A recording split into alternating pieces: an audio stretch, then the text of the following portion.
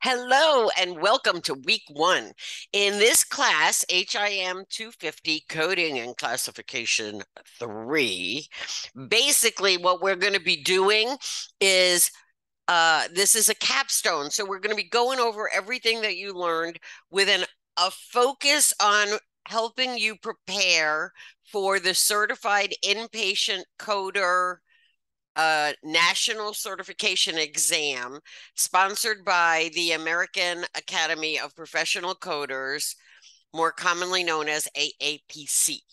Okay, so this is an important certification to have on your resume because it is a confirmation that nationwide you meet the standards of an inpatient coder, that you have the basic knowledge. And that is what I want you to remember, basic knowledge. All right. You cannot come in at the top, you come in entry level, but it will help you. Having a national certification on your resume will help you get hired more quickly, put you at the top of that resume pile, and at a higher rate of pay. Your salary will be higher because you're nationally certified. And particularly if you want to work in a hospital, the Joint Commission, which accredits hospitals, requires coders to be certified. So let's get her done, okay? This is really important. Okay. So we have 8 weeks to get you ready, but you've been getting ready for the last, I don't know how long. As you can see here, the certified inpatient coder exam covers all of these topics.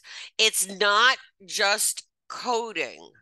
And you know that coding comes with other things. You have to be able to abstract and interpret physician documentation. You know, those case studies? Uh-huh. Yeah, exactly. Okay. You have to know your medical terminology, anatomy, and pathophysiology. Okay.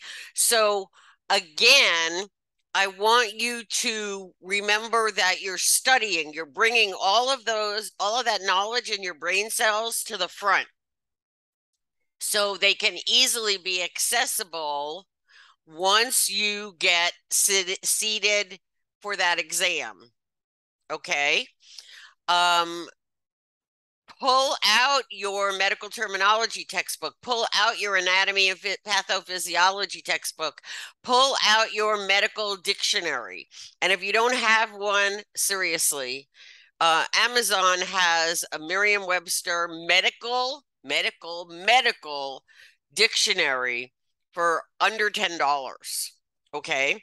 Yes, it's paper, but remember, you need to have this by your side while you're focused on what's on the computer. You need to have so you can quickly look things up and learn, okay? And remember accurately. Okay. So, of course, we have coding, and inpatient coding, as you know, is going to be ICD-10-CM diagnosis coding, right? And ICD-10-PCS inpatient procedure coding. Okay. But as you can see from this list of content on this exam, it's not 100% coding. Okay. Okay. All right. Inpatient payment methodologies, reimbursement, important. Know the UB04 from the CMS 1500 claim forms. Don't forget present on admission. Don't forget RBRVS. Okay. All right. Outpatient medical payment methodology. Now, why in heaven's name would an inpatient coder have to remember or know outpatient? Why? You already know why. Under the roof of the hospital, the emergency department, and same day outpatient surgery department are both outpatient. They're both reported as outpatient. You have to be able to distinguish, okay? Regulatory and payer requirements. This is going to include NCDs and LCDs. What? Oh, more initials. Well, we're in healthcare. We love initials, abbreviations. Aren't they fun? NCD, National Coverage Determination. LCD, Local Coverage Determination. Compliance, we got to go with HIPAA. Gotta love HIPAA. Okay, both privacy rule and security rule. Also, don't forget about the False Claims Act. You got to know that. Okay. And then you're going to have some case studies to code. I know you've had lots and lots and lots and lots and lots of case studies. Remember, the key with the case studies is use your finger to point to each word and slow down. I know the clock is ticking, but you have to give your brain the opportunity to absorb the content. Also, I suggest a pad and paper by your side, okay? A lot of the certification exams give you the ability to kind of take notes, okay? And so as you're reading through the documentation, you want to jot stuff down and say, oh, well, the patient has a cough and chest congestion. Oh, but later on, so you write that down. But then later on, you see the patient has an upper respiratory infection, i.e. a cold, which is going to come with that. So now you scratch that out because they're inclusive signs and symptoms, right? And then you're just going to report the upper respiratory infection, okay? But I find having the ability to take notes on the documentation as you're going through it is incredibly helpful. Your brain has enough to process. It doesn't need to be remembering stuff like that too. Okay? All right. Now, of course, you have your ICD-10-CM code book and your PCS, ICD-10 PCS code book. Okay, very good. I know you have the PCS because we just used it, right, in the last class. But the reason why I say not only do you need to check the AAPC website for other details on sitting for the exam, okay, it's right there. I want you to be aware of something very important. AAPC typically changes the years with the exam as of January 1st. Right now, you have or should have your 2022 ICD-10-CM and ICD-10-PCS. If you don't pay attention in this class and sit for this exam prior to January 1st, you may have to go out and buy 2023 ICD-10-CM and ICD-10-PCS code books, coding manuals, right? Oh, it's right here. Okay. Okay. All right. So I want you to keep this in mind as we go through and help you prepare for this exam. I want you to be focused so that when you complete this course, you can go take the exam in December, okay? This course ends the middle of November, I think. No, I'm sorry, the beginning of December. But you're going to have to plan this ahead. We're going to talk about when you need to apply, because you need to give it at least 4 weeks and stuff. But I'm just, to be forewarned is to be forearmed. Okay. Another motivating factor to take the exam in December is the fact that research proves that you increase your opportunity to pass this exam by more than 20% the sooner you take it after completing class, because everything is fresh in your mind. And I just want to let you know, I know you're going to have test anxiety. I absolutely know that. Are you kidding? I had nightmares before I went to take I had this one nightmare. When I went to take the AHIMA certification exam, they do it in a testing center. And it wasn't far from my house, and I knew exactly where it was. And the night before, I had a nightmare that as I was stopped at the light to cross the intersection to get to the testing center, which was about halfway down the next block, there was a big thing with police and everything, and police were blocking off the intersection. And in my nightmare, I'm standing there going, no, officer, you don't understand. I have to be there within 15 minutes of my appointment time, or they won't let me take the exam. Please, please, please, I have to get. Everybody has test anxiety, and you have been taking tests. And the fact of the matter is, whether you take this exam in December or whether you take this exam next June, you're still going to be anxious about it. So that can't be a factor. Just work with me here. Let me help you prepare for the exam. You'll take the exam. You'll put the certification on your resume, and off you will go to a happy and successful career, never to have to take it again. Okay? All right. So remember, January 1st, I do not have this for a fact, which is why I tell you to check with the AAPC website. But historically, they switch over January 1st, which doesn't leave you a lot of time to get the exam done with your 2022 coding manuals. Okay? Seriously. It is what it is.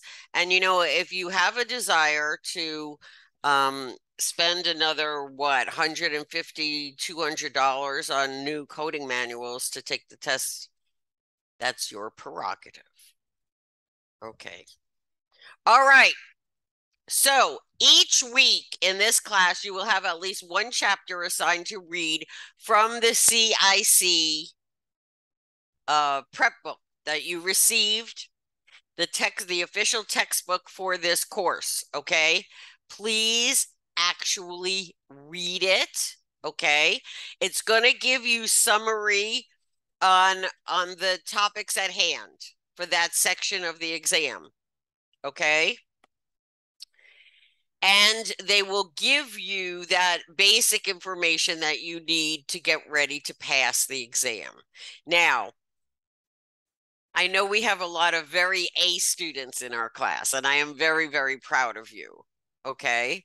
So to take a little pressure off, I want you all to know that 70% is passing on the national certification exam. That's a C. Actually, at CCTC, that's a D. Okay. Not the issue.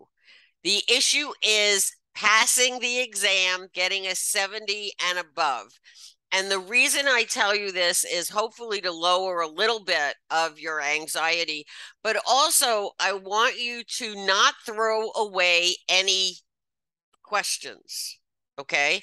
And, you know, I've been there, done that. You've seen my credentials. I had to take exams for every single one of them. And what I want you to know is it can be very tempting when you're under the stress of studying for a national certification exam and you get to a question I got no idea what the answer is. I don't remember. Maybe I never learned that. Who the heck knows? It's just not accessible. Document not accessible in my brain. So I just skip it. And what's one question? I get to have 30%. I only have to answer 70% correctly. Okay. Well, here's what that is. I have had previous students who have not passed by 1 point. Mm-hmm, mm-hmm, mm-hmm, mm-hmm. 1 point or 4 points or 5 points. You know, it's hard enough. It's really hard enough to find out you did not pass the exam. And you can take it again. Okay. It's not the end of the earth, I promise you. But the fact is that when you don't pass by 1 point, I don't know, it kind of hurts more than if you. All right. So the point is our goal is to get you ready to pass by a lot of points. Okay. Give you some elbow room. So please focus. Okay. All right. I know it's an old picture because I never took the new picture because whatever. Okay. You should have this CIC review book, a certified study guide. Okay.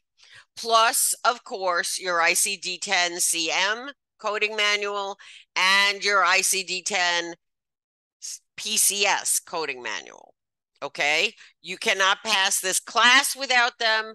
You cannot pass the national exam without them. Okay. Seriously. Okay. All right. Then each week you're going to have a quiz, a graded chapter quiz. And it's going to work off of your chapter readings and whatever else is thrown in there. Okay, pretty much it's going to go off of your chapter content. They're timed. So remember that you actually have to read the chapter before. And trust me, you know, I didn't just fall off a turnip truck. I've taken online classes. I got my second master's degree 100% online. I got my PhD 100% online. What I'm telling you is, you think I didn't try taking an open book test that's timed with not reading the chapter beforehand? You don't think I did that? Of course I did that. And you know what? I did not do very well because it takes longer to go back and forth to try and find, oh, wait, okay. Right. Okay. This is important. And this is a finite amount of time you need to truly focus. Okay. So whatever else is going on, make time, carve out time for this. Then you're going to have an assignment. You're going to be required to go back to the quiz. Any questions you got wrong, you need to identify them. You need to then explain why, oh, excuse me, why the correct answer is correct and where you went wrong and answered the wrong answer. Okay? This analysis is critical to you learning from your own mistakes. Critical. And trust me when I tell you, this is going to be the biggest jump forward in your ability toward passing this exam. This is important. Now, for those of you who get 100% correct on the chapter quiz, you need to then write on a Microsoft Word document, I got 100%, I got them all right. okay? And submit that. Because otherwise I can't give you a grade if you don't submit something, okay? You got one wrong, two wrong, three wrong, four wrong. I want them all analyzed and seriously, okay? Seriously analyze it, find out why you answered what you answered, where your thinking went wrong, where you didn't read completely. I can't even tell you how important this is to your future success. Okay? And I will be reading and manually grading these reviews. And if you blow me off, well, you will see that in your grade. But more importantly, it will show up in your national certification exam score. And you don't have that much elbow room. Okay. This is seriously the greatest part of the learning process. All right. Now, of course, I like to add stuff. Um, Sometimes a handout, sometimes something else. But the fact is that I am your coach. I am your Sherpa. Okay. I have successfully completed this exam. So I know what's up is up. Okay. Ask me questions. Why this character and not that character? Where does it say what? Okay. Ask me specific, pointed questions. And I will give you answers until the light bulb turns on over your head. I promise you. I am in the course every day, 7 days a week, rain or shine. I'm in there once a day, so I promise you a response within 24 hours, meaning don't wait till the last minute. Okay? All right. Any questions? Email me. Okay? I love to hear from you. I love it when students ask questions. All right? And I am here for you. Seriously, we're in this together. Make me proud. Ask me questions.